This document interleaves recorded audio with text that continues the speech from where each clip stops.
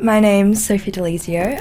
When I was 2.5, I was in preschool. We were in nap time and a man had a seizure in his car.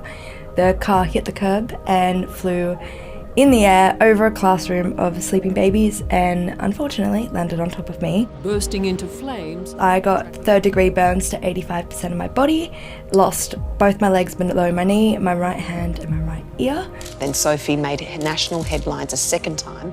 A few years later, when I was 6, I was crossing the road, a car hit my stroller. At a pedestrian crossing on Friday. I flew 18 metres in the air and landed headfirst on the pavement.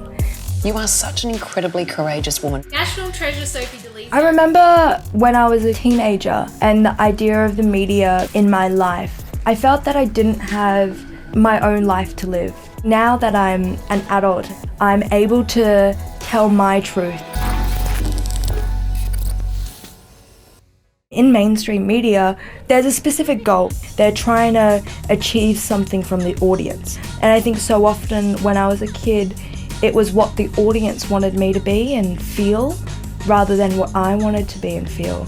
You must be going into year 7? Year 9. Year 9, right. At 2, people would call me an inspiration, but what had I done? There's so many incredible people out there that don't get given the recognition for achieving amazing things, and I thought growing up I never deserved that title until I did something with my story. I don't think the term bravery came from defying my accidents and surviving what I've been through. I just think bravery is, for me, defying internal demons and continuing to strive despite all that. I've had people come up to me and say, oh, when I'm going through a hard time, I just think of you and I feel better.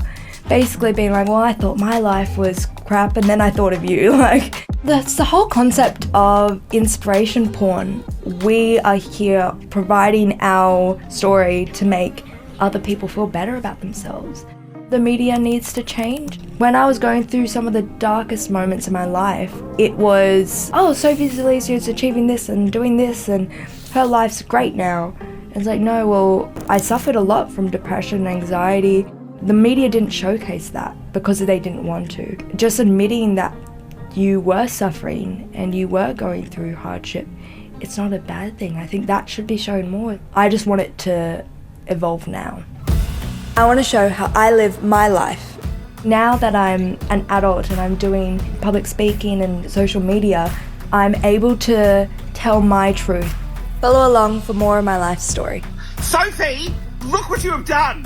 I would love for the media to become more of an open and honest place where the true light of everything is shown. And I don't care if you admire me or not or whatever, it's just acknowledging that we all go through challenges. It's not a competition, it's about saying, let's support each other in the best way that we can. I wanted to be one of the people who changed that perspective. That's the beautiful thing about social media. You can reach so many people in one moment. If people don't like what I say, then don't watch my video. Simple as that.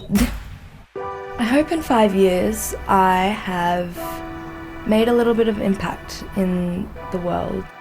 I'd love to be working in the media where I can be the one asking the right questions and the questions that change people's perspectives. My years since leaving school have been great. Having freedom and independence compared to nothing. Being a young adult, there's so much you can achieve and so much you can do and so many options and choices, and that's what I find the most exciting. I'm newly engaged, I'm about to get married, I've lived overseas, I've traveled with friends, I've done so much in these past 6-7 years. If I thought back to where I was in high school and knowing all the challenges that I was facing then, to look at where I am now, I just couldn't be prouder.